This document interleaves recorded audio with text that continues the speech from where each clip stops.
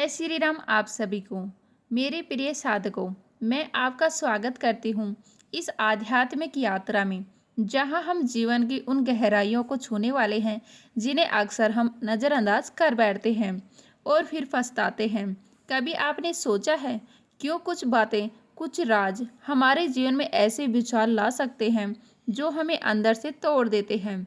क्यों कभी कभी हम अपनों से बातें करते करते अपना ही दिल खोल बैठते हैं और फिर वही अपने हमारे सबसे बड़े दुश्मन बन जाते हैं। यही तो समय होता है आत्मचिंतन का। आज जो मैं आपको बताने जा रही हूँ वो केवल शब्द नहीं है, ये चाणक्य नीति की वो अमूल्य धरोहर है जो हर जन्म जन्मांतर में आपकी रक्षा कर सकती है अगर आप इसे दिल से अपनाएंगे। महान चाणक्य, जिनकी दृष्टि समय से परे थी, उन्होंने 7 ऐसी गूढ़ बातें बताई थी जिन्हें कभी भी किसी भी व्यक्ति के साथ साझा नहीं करना चाहिए, चाहे वह आपका सबसे प्रिय क्यों ना हो। क्यों? क्योंकि ब्रह्मांड की ऊर्जा, कर्म और रहस्य तभी तक आपकी रक्षा करते हैं जब तक आप उन्हें संभाल कर रखते हैं। तो ध्यान से सुनिए, मन को स्थिर कीजिए, क्योंकि जो मैं आपको कहने वाली हूँ वह आपके जीवन की दिशा बदल सकती है। तो चलिए आरंभ करते हैं उस ज्ञान की यात्रा पर जो आपके भीतर छिपी शक्ति को जागृत करेगा। पहला रहस्य, घर परिवार की बातें। भीतर की शांति का मंत्र, प्रिय साधकों, जैसे चंद्रमा की रोशनी केवल तभी मन को शांति देती है जब वह बादलों में घिरी ना हो, वैसे ही हमारे घर की गरिमा भी केवल तभी बनी रहती है जब हम उसके रहस्यों को बाहर की दुनियादारी से बचाकर रखें। आजकल बहुत से लोग हैं जो अपनों से जुड़े हर भाव, हर परिस्थिति, हर कला को बिना सोचे समझे मित्रों, रिश्तेदारों या पड़ोसियों से साझा कर बैठते हैं। लेकिन क्या आपको पता है, यही पलिकाएं भविष्य में आपके सबसे बड़े दुख का कारण बन सकती है। चाणक्य कहते हैं, घर की बातों को घर में ही रहने दो, क्योंकि जब इन्हें बाहर ले जाया जाता है तो वे आग बन जाती है। जिस घर में प्रेम की बात थी वहाँ शक की चिंगारी जल उठती है। जिस रिश्ते में थोड़ी खटास थी वहाँ जहर घुल जाता है। और यही नहीं, पति पत्नी का जो सबसे पवित्र और निजी रिश्ता है, उसे अगर सार्वजनिक किया जाए तो उसका जादू खो जाता है, उसकी ऊर्जा नष्ट हो जाती है।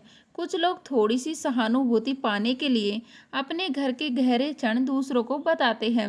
वे भूल जाते हैं कि सुनने वाला उनका दुख नहीं समझेगा, वो केवल मजा लेगा और आगे जाकर उसी जानकारी का उपयोग आपके विरुद्ध कर सकता है।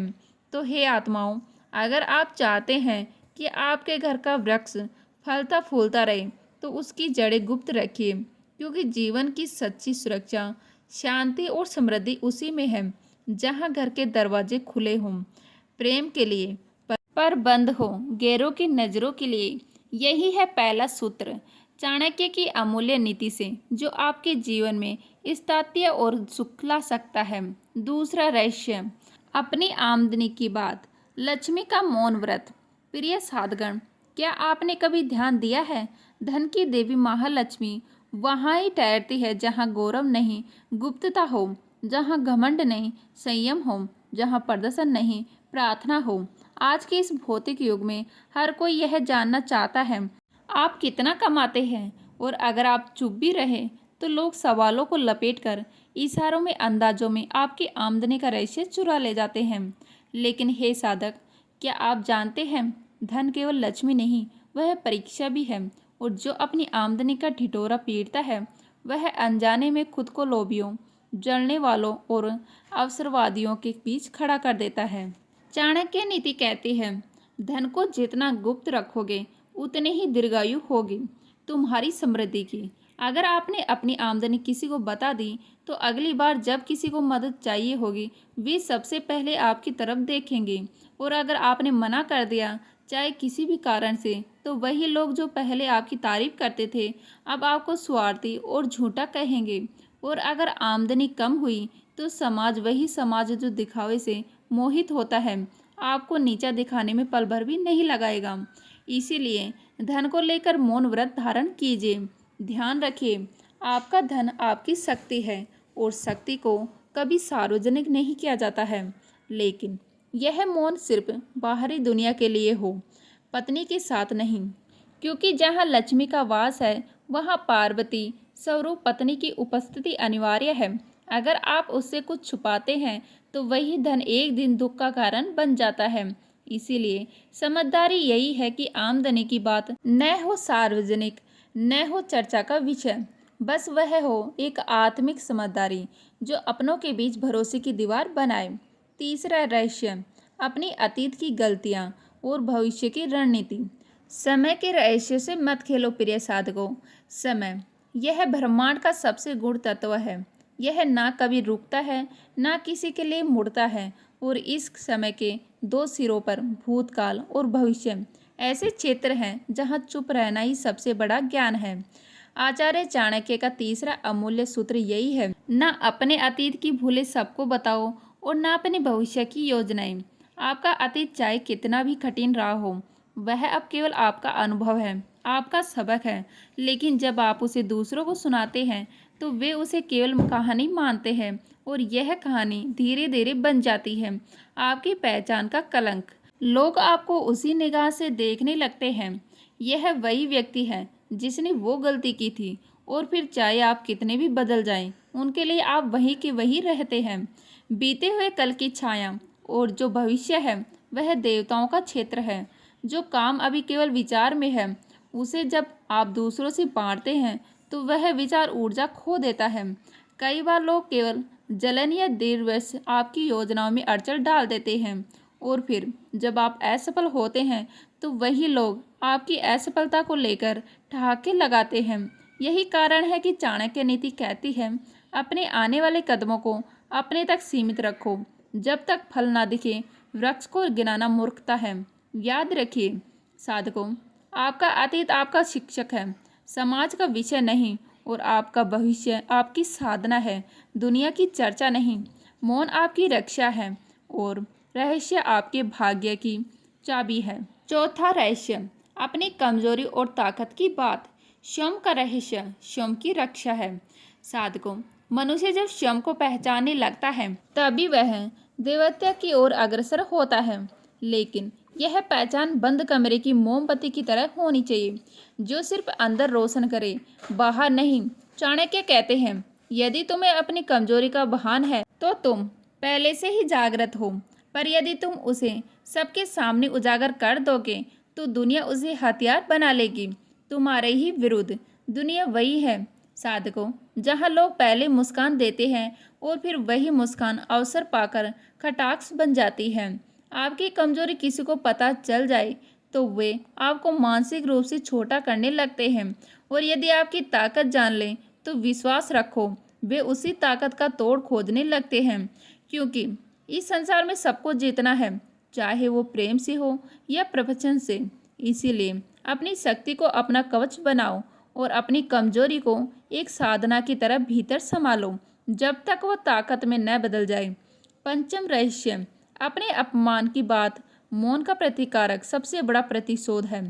प्रिय साधक, यह संसार सहानुभूति नहीं देता, यह केवल तमाशा देखता है। यदि कभी परिस्थितियां ऐसी हो जाएं कि आपको अपमान सहना पड़े तो उसे अपनी आत्मा में नहीं, अपने संकल्प में समेट लो। चाणक्य नीति कहती है, अपमान को याद मत रखो, पर उससे सीख जरूर लो। क्योंकि जो व्यक्ति अपने अपमान को हर जगह जाकर सुनाता है वह अपने ही घाव पर बार बार कुदेरता है। दुनिया में बहुत से लोग ऐसे होंगे जो आपके दर्द पर सहानुभूति नहीं बल्कि मनोरंजन पाएंगे, और फिर वे वही कहानी आपके मुंह से नहीं, अपने व्यंग से कहेंगे। सच्चा प्रतिकारक तब होता है जब आप अपमान को शब्दों में नहीं, सफलता में बदलते हैं। आपके मौन की आवाज़ तब तक सुनाई नहीं देती जब तक वह कार्य रूप न धारण कर ले। तो ये है साधकों, अपने आत्मसम्मान की रक्षा करो। अपने ही भीतर जो अंदर चुपचाप बदलता है वही बाहर गरजता है। छठा रहस्य, अपने मन की बात। अंतरात्मा का मौन ही सच्चा साथी है। हे आत्म स्वरूप साधकों, मन यह कोई साधारण अंग नहीं, यह ब्रह्मांड की सबसे रहस्यमयी शक्ति है, जहाँ हजारों विचार, कल्पनाएं, भावनाएं प्रतिक्षण जन्म लेती हैं। लेकिन इन सब का स्थान केवल आपका अंतःकरण होना चाहिए, न कि समाज का मंच। चाणक्य नीति हमें सावधान करती है, अपने मन की हर बात यदि आप बाहर उजागर करने लगे तो लोग आपको समझेंगे नहीं, न्याय करने लगते हैं।